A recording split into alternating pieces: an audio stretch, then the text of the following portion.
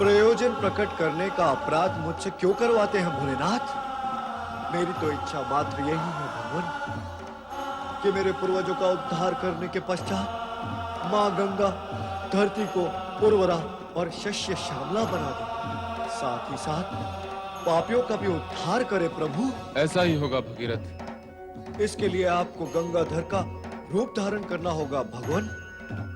माँ गंगा को पृथ्वी पर स्थिर करने के लिए आप उन्हें अपनी जटाओं में धारण करेंगे, तभी मेरे पूर्वजों के उद्धार के कार्य को गति प्राप्त होगी प्रभु। प्रतीत ऐसा होता है कि पूर्वजों के उद्धार से अधिक तुम मानव जाति के कल्याण के लिए चिंतित हो। ऋषि मुनियों की वाणी से यही सत्य ग्रहण कर सका हूँ भगवान कि अपने कल्याण की कामना हो तो जगत के कल्याण की कामना करो। शाश्वत सत्य भी यही है। तो हे कल्याण करता भोलेनाथ, मेरा और जगत का कल्याण करो प्रभु, कल्याण करो। संपूर्ण जगत के प्रति शुभ और सद्भावना रखने वाले का कल्याण अवश्य होता है भगीरथ। हम गंगा के वेग को स्थिर करके उसके पावन जल से तुम्हारे पूर्वजों का उद्धार कराएंगे।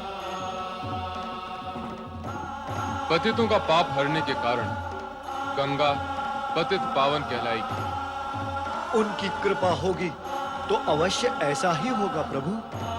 मुझे आपकी कृपा और आशीर्वाद तो प्राप्त हो ही गया है। अब माँ गंगा से निवेदन कर उन्हें भी मना लूंगा प्रभु, उन्हें भी मना लूंगा। इस हेतु ब्रह्मा जी प्रयत्न कर रहे हैं। श्री हरि विष्णु से चर्चा के पश्चात उन्होंने गंगा को इस कल्याणकारी कार्य हेतु बुलाया है। तुम निश्चिंत रहो भगीरथ। प्रभु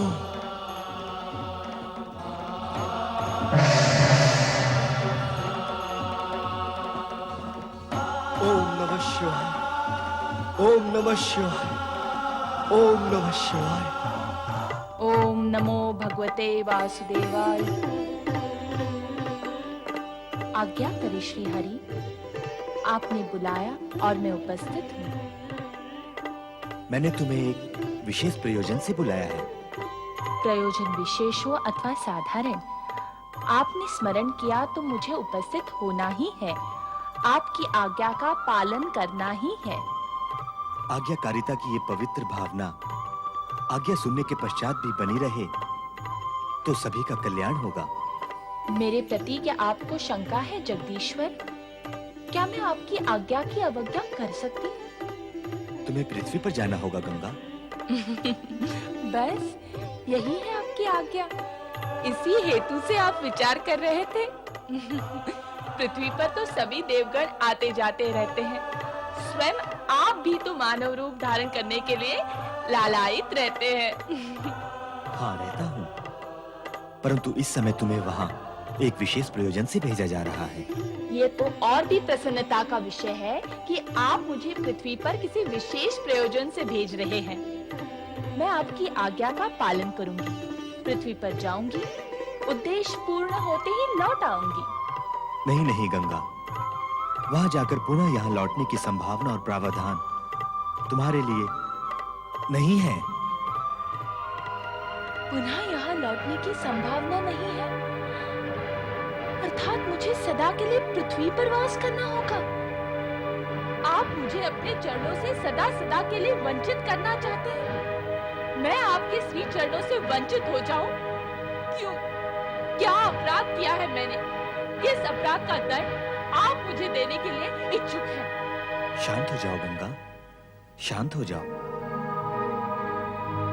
शांति का बीज मेरे अंदर डालकर आप मुझे कैसे शांत कर पाएंगे? पृथ्वी पर सदा सदा वास करने की आपकी आज्ञा मेरे लिए शांति का नहीं, अशांति का कारण है जगदीश्वर। हमें विश्वास है गंगा कि स्थिति का पूर्ण ज्ञान हो जाने के पश्चात तुम अवश्य शांत हो जाओगी। अपने निराधार विश्वास को भ्रम का आधार देने की चेष्टा न करें जगदीश्वर। सदा सदा धरती पर वास करने की कल्पना मात्र से मेरा रोम रोम कांप रहा है।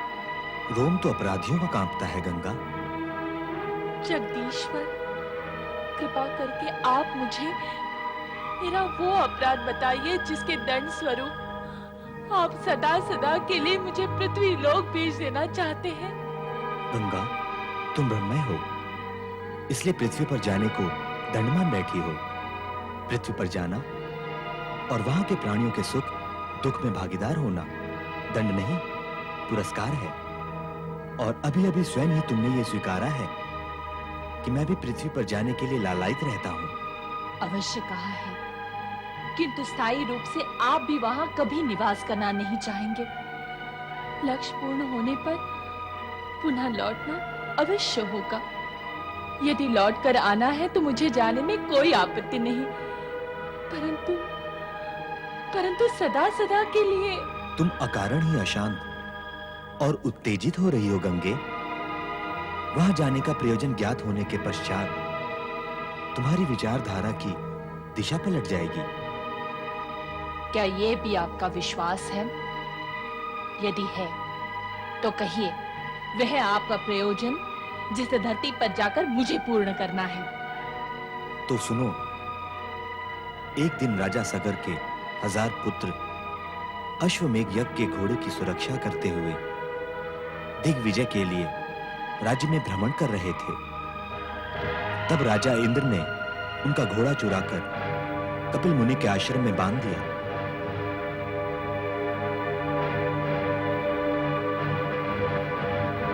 यहाँ तो अश्वमेघ यज्ञ का घोड़ा कहीं दिखाई भी नहीं देता। अरे ये तो किसी ऋषि मुनि का आश्रम लगता है। हमारा अश्व आश्रम में क्यों आएगा? हमें पता है कि ये आश्रम है। अश्व का कैसे ज्ञान होगा कि ये आश्रम है? वो तो कहीं भी जा सकता है। चलो आओ और कहीं ढूंढते हैं। चलो चलो चलो। हाँ चलो। वो देखो, सामने मुनि बैठे हुए हैं, तप और ध्यान में डूबे हुए। चलो चलकर इनसे पूछते हैं अश्व के विषय में। मुनिवर, आपने हमारे अश्वमेघ यज्ञ का घोड़ा देखा है? मुनि श्रेष्ठ, हम सगर पुत्र हैं। हमारे महाराज राजा सगर ने अश्वमेघ यज्ञ का आयोजन किया है। क्या आपने हमारा अश्व देखा है? ऋषि मुनि ऐसे अहंकारी होते हैं क्या? ये कैसे मुनि हैं जो हमारी बात सुनते ही नहीं? ये हमारा घोड़ाखान है। यदि ये मुनि हैं, तो हम भी राजा सगर के पुत्र हैं। हमारी भी कोई प्रतिष्ठा है।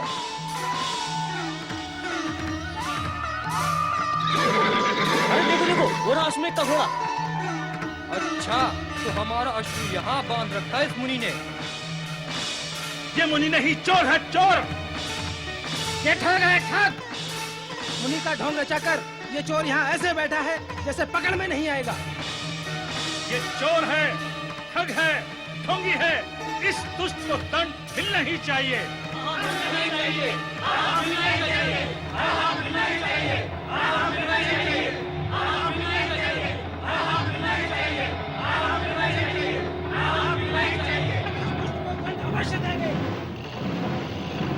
दुष्टो, तुम मुझे दंड दोगे? मैं तुम्हें अभी भस्मीभूत किए देता हूं।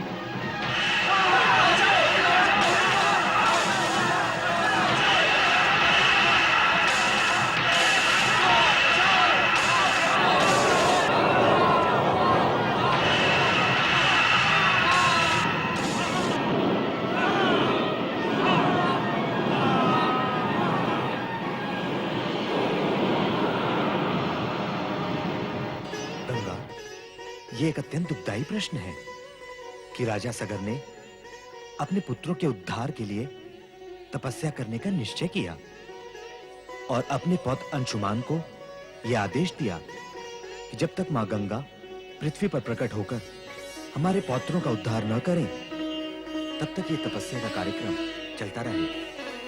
राजा सगर ने दिया ये आदेश? हाँ, तुम्हारी तपस्या में सगर, अंशुमान और राजा दिलीप ने भी इस कठिन कार्य में अपने प्राण समर्पित कर दिए। पितामह का आदेश और पूर्वजों का उद्धार करने के लिए भगीरथ ने अपनी कठोर तपस्या का प्रयत्न त्यागा नहीं।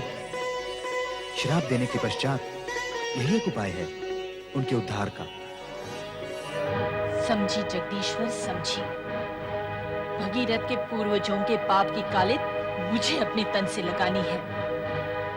कुकर्म तो उन्होंने किए, उसकी पीड़ा वे भुगत रहे हैं, किंतु किस कारण आपने, भगीरथ और कपिल मुनि ने ये व्यवस्था तय की कि मेरे इस स्पर्श से उनका उद्धार होगा? इसे विधि का विधान मानो गंगे। मान लेती हूँ, और इससे उनका उद्धार हो भी गया तो मेरा क्या होगा? मैं यहाँ से उज्जवल रूप लेकर जाऊं और पाप की कुरूपता लेकर लौटूं? मैं तो भूल ही गई थी, आपने मेरे लिए लौटने का प्रावधान रखा ही नहीं। अपनी शक्ति और सामर्थ्य का इतना कम मूल्यांकन क्यों कर रही हो गंगा? क्या आकाशवासी गंगा की उज्ज्वलता का पक्ष इतना दुर्बल है कि पृथ्वीवासियों का पाप मिटाने से कलंकित और कुरूप हो जाएगा? उज्ज्वलता तो नष्ट होती ही है जगदीश्वर। क्या किसी का उद्धार करने से शक्ति और उज्ज्वलता नष्ट होती है? नहीं गंगा, नहीं। किसी का हित, कल्याण और उद्धार करने से शक्ति और उज्ज्वलता नष्ट नहीं होती, अपितु और अधिक बढ़ती है। चाहो तो प्रयोग करके देख लो। वैसे देवगण तो सदा से इसका प्रयोग करते आ रहे हैं। जो कुछ आप कह रहे हैं मैं उसे ही सत्य मानती हूँ। पृथ्वी पर जाकर भगीरथ के पूर्वजों को अपना स्पर्श देकर उनका उद्धार करके लौट आती हूँ। आपका प्रयोजन सिद्ध हो जाएगा, आज्ञा पालन करने का मेरा कार्य भी पूर्ण हो जाएगा। किंतु फिर मुझे धरती पर स्थायी वास करने के लिए ना कहे जगदीश्वर, ना कहे। गंगा, तुम अपने कल्याणकारी स्वरूप को पहचान क्यों नहीं रही हो? तुम्हारा गौरव आकाश स्वर्ग में वास करने से नहीं, पृथ्वीवासी होने में है। क्या पृथ्वी पर वास करने से पृथ्वी का कल्याण होगा?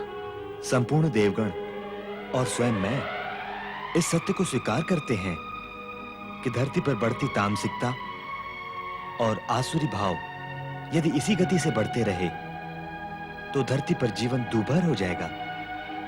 वहां सात्विकता और दिव्यता का प्रचार प्रसार करने और पापियों के प्रायश्चित करने की व्यवस्था करना आवश्यक हो गया है। तो इसमें मैं क्या कर सकूंगी? धरती वासियों का तुम्हारे स्पर्श से उद्धार होगा। तुम पापियों को तारोगी, उनको नया जीवन दोगी। पापियों का उद्धार करने के लिए आपने मुझे ही क्यों चुना जगदीश्वर? मेरे अतिरिक्त क्या कोई अन्य देवता ये कार्य नहीं कर सकता? निसंदेह अन्य कोई नहीं कर सकता। पाप का नाश करने की सामर्थ्य जो तुम्हें प्राप्त है, अन्य किसी को प्राप्त नहीं। भागीरथ के पूर्वजों का उद्धार करना तो तुम्हारे कार्य व उद्देश्य की भूमिका मात्र है।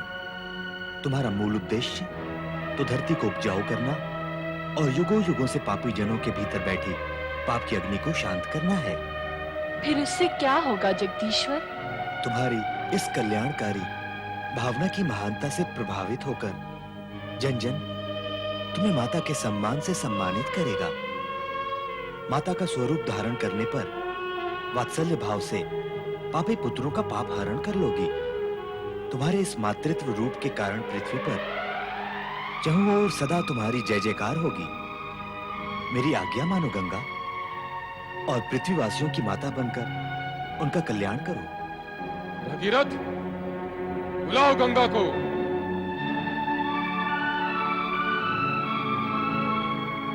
हे मां गंगे,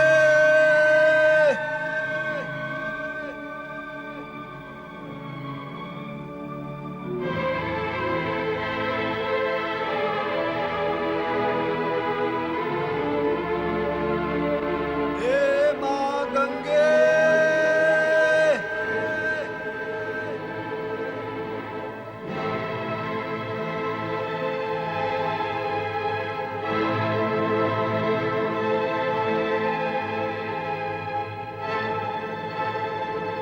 हे मां गंगे।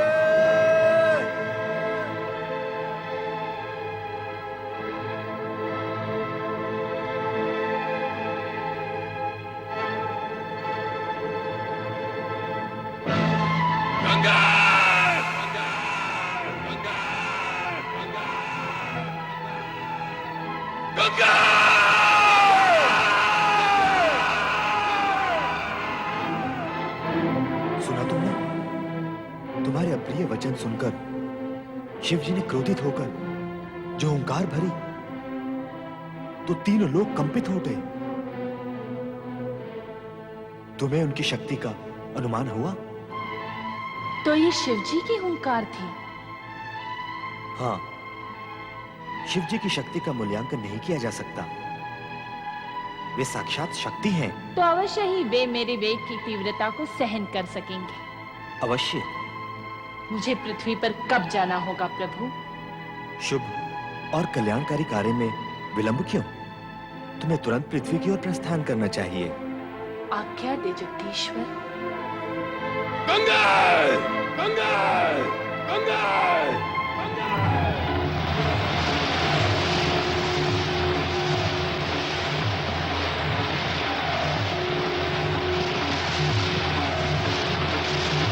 गंगा! गंगा! गंगा! गंगा!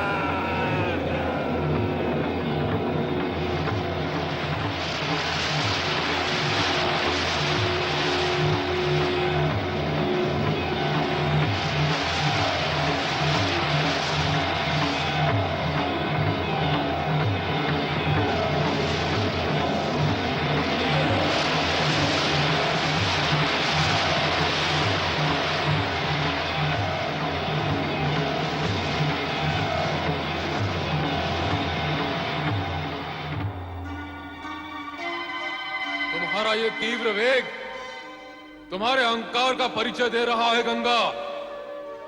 इसे नष्ट करना ही उचित होगा। अपनी शक्ति और वेग के अभिमान में अपना उद्देश्य भी भूल गई, तो अब पड़ी रहो सदा सदा के लिए मेरी जटाओं में। अभिमान टूटे तब तक वहीं विश्राम करो। वो कैसे होगा देवेश्वर? मेरा अभिमान तो तब नष्ट होता जब मैं आपके चरणों में गिरती अथवा गिरूं। देवेश्वर, मैं तो आपके मस्तक पर विराजमान हूं। मेरे तो गर्भ में वृद्धि हुई है। ये क्या अनर्थ हो गया भोलेनाथ? ये क्या अनर्थ हो गया? आपने तो माँ गंगा को अपनी जटाओं में बांध लिया। उन्हें धरती पर प्रवाहित करे प्रभु, उन्हें धरती पर प्रवाहित करे। नहीं भगीरथ नहीं, जब तक गंगा का अभिमान नहीं टूटता ये संभव नहीं। कैसा अभिमान भगवान, कैसा अभिमान? देखा नहीं तुमने? गंगा अपने प्रबल वेग और प्रवाह में हमें भी प्रवाहित करना चाहती थी। उसे अभिमान है कि जगत में कोई भी उसके प्रबल वेग के सामने टिक नहीं सकता। अभिमानी का अभिमान जगत के लिए विनाशकारी सिद्ध होता है। अतः गंगा का अभिमान टूटना अत्यंत आवश्यक है। किंतु देवादिदेव, माँ गंगा जिस कार्य व उद्देश्य से पृथ्वी पर आई है उसका क्या होगा प्रभु? वे जगत का कल्याण और उद्धार कैसे करेंगी भगवान, कैसे करेंगी? भगीरथ, तुमने कभी सुना, देखा अथवा जाना कि किसी अहंकारी और अभिमानी ने किसी का उद्धार अथवा कल्याण किया है? निरंकारी और निराभिमानी ही हित और कल्याण करने की सामर्थ्य रखते हैं। ये कार्य गंगा के वश में नहीं, वो तो अभिमानी है। पर देवादिदेव, जब तक माँ गंगा आपकी जटाओं से बाहर नहीं आ जाएंगी तब तक ये कैसे ज्ञात होगा प्रभु कि उनका अभिमान भंग हो चुका है? अधिक तर्क करने की आवश्यकता नहीं भगीरथ। शिव भगीरथ के साथ अधिक तर्क वितर्क में नहीं पड़ना चाहते थे, क्योंकि उन्हें ज्ञात था कि गंगा अभिमानी है। उसके इसी अभिमान को खंडित करने हेतु भगवान शिव ने उसे अपनी जटाओं में बांध लिया। जन कल्याण के लिए यह आवश्यक भी था, किंतु मां गंगा के पृथ्वी पर अवतरित न होने से भगीरथ के साथ साथ परमपिता ब्रह्मा भी दुविधा में घिर गए। भगीरथ का उद्देश्य असफल होता देख इस समस्या के निराकरण हेतु ब्रह्मदेव श्री हरि विष्णु के समक्ष बैकुंठ में पधारे। क्या आपको लगता है कि देवादिदेव मेरे कहने से मान जाएंगे और गंगा को मुक्त कर देंगे? मेरा विश्वास तो यही कहता है श्री हरि कि गंगा आपके चरणों से विलग होकर अहंकारी हो गई। इसी कारण शिव जी ने उसे अपनी जटाओं में बांध लिया है। आप मुस्कुरा रहे हैं। आप तो जग के सृष्टा हैं और ये सत्य भी जानते हैं कि अहंकारी न तो किसी का उद्धार कर सकते हैं और न ही किसी का कल्याण। फिर भी गंगा को उद्धार कार्य के लिए पृथ्वी पर भेजा। पृथ्वी के लिए प्रस्थान तक गंगा में किंचित मात्र भी अहंकार नहीं था, किंतु शिव जी की जटाओं में पहुंचते पहुंचते उसका अहंकार जाग उठा। मेरे चरणों में वास करने वाली गंगा क्या अभिमानी हो सकती है? जो कुछ उसने किया और जिसका वो परिणाम भुगत रही है, उससे तो यही सिद्ध होता है कि उसने कुछ नहीं किया ब्रह्मदेव। मेरे चरणों से विलग होने के पश्चात और धरती के तल पर अवतरित होने से पूर्व शिव जी के मस्तक पर विराम करने का सौभाग्य और पूर्ण लाभ उठाने के लिए ललायित थी, ताकि पृथ्वीवासियों को पवित्र कर सके। गंगाधर और गंगेश्वर से गौरवान्वित होने वाले शिव जी के नाम में अपना योगदान करने के लिए उसने अहंकारी होने की लीला रचाई है। निरंकारी होकर ही तो कल्याणकारी हो सकती है। जिस सत्य का उद्घाटन आपने किया है उससे शिव जी तो परिचित नहीं है। चलें उनके पास। शंकर, हे भोलेनाथ, आपने तो मुझे वरदान भी दिया था और कृपादान भी, फिर अब मैं आपकी अप्रसन्नता के कारण दुविधा में क्यों हूं भगवान? मुझ पर दया करो देवादिदेव, कृपा करो। ओम नमः शिवाय। ओम नमः शिवाय।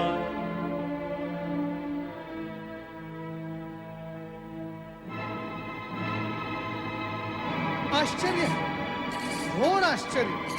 गंगा अवतरण हुआ ही और नहीं भी। नारायण नारायण।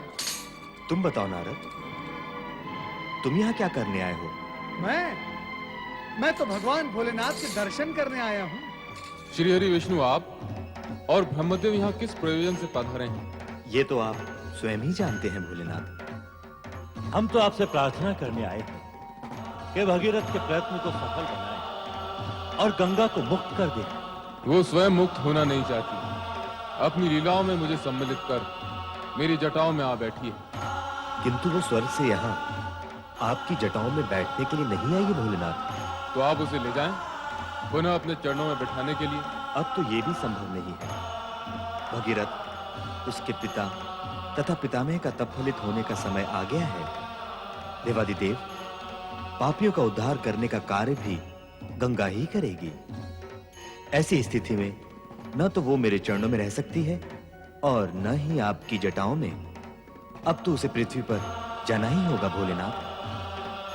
कृपा करके गंगा को मुक्त कर दें देवेश्वर। हाँ भोलेनाथ, उन्हें मुक्त कर दें। माँ गंगा का दर्शन लाभ कराए भोलेनाथ। मैं तो स्वयं इच्छुक हूँ कि गंगा के भार से मुक्त हो जाऊं। मेरे भार से आप मुक्त कैसे हो सकेंगे भगवान? सारा जगत सदा आपको गंगाधर और गंगेश्वर कहता ही रहेगा। भगवान भोलेनाथ के नामों की संख्या क्या पहले कम थी? अब तो राजा भगीरथ ने उसमें वृद्धि कर दी है। आपके दर्शन पाकर मेरा और मेरे पूर्वजों का जीवन धन्य हो गया माँ, धन्य हो गया। और भविष्य में पृथ्वीवासियों का जीवन भी सफल होगा। नारायण नारायण। जाओ गंगा, भगीरथ का अनुगमन करके इसके पूर्वजों का उद्धार करो। पापियों का कल्याण कर भगीरथ के प्रयत्नों को सफल करो। और भविष्य में ऐसी कोई लीला न रच डालना जिससे देवगण कहें कि शिव ने गंगा को सिर पर चढ़ा रखा है।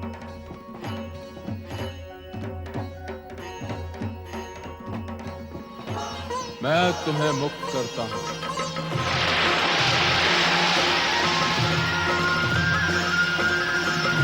वो शिव जटा से गंगा धरती पावन करने निकली। वो शिव जटा से गंगा धरती पावन करने सबके मन के पाप को धोने धन का संकट हरने।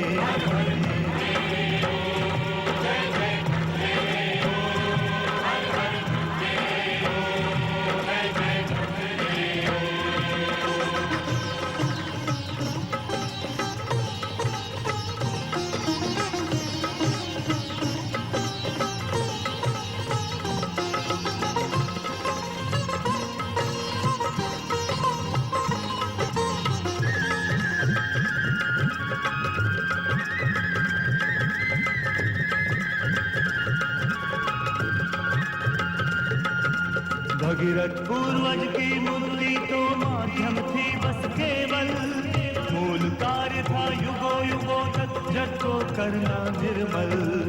आसुरी शक्ति बढ़ ना पाए छल को करने निश्चल, छल को करने निश्चल।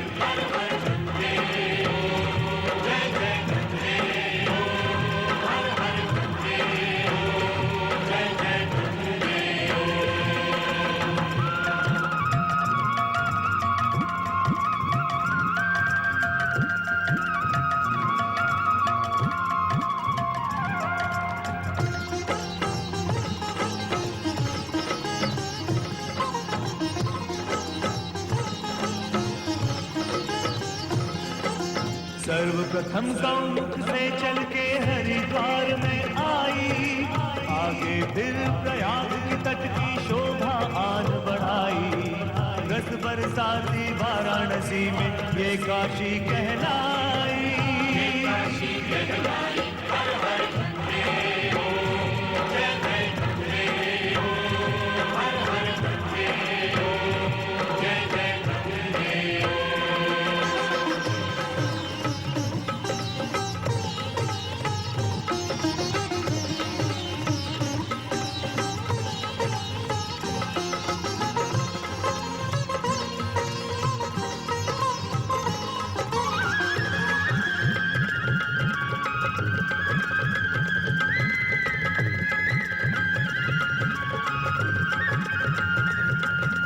श्रद्धा भाव से जो भी प्राणी गंगा स्नान करे, गंगा माँ की महिमा गाए इसका ध्यान करे।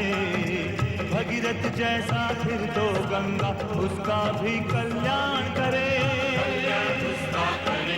हर हर गंगे हो, जय जय गंगे हो, हर हर गंगे हो, जय जय गंगे हो। ओ शिव जटा से गंगा धरती पावन करने, ओ शिव जटा से गंगा धरती पावन करने। सबके मन के पाप को धोले तन का संकट हरने। हर हर गंगे हो, जय जय गंगे हो, हर हर गंगे हो, जय जय गंगे हो, हर हर गंगे हो, जय जय गंगे हो, हर हर गंगे हो, जय जय गंगे हो। ओम नमः शिवाय, ओम नमः शिवाय, ओम नमः शिवाय, ओम नमः शिवाय।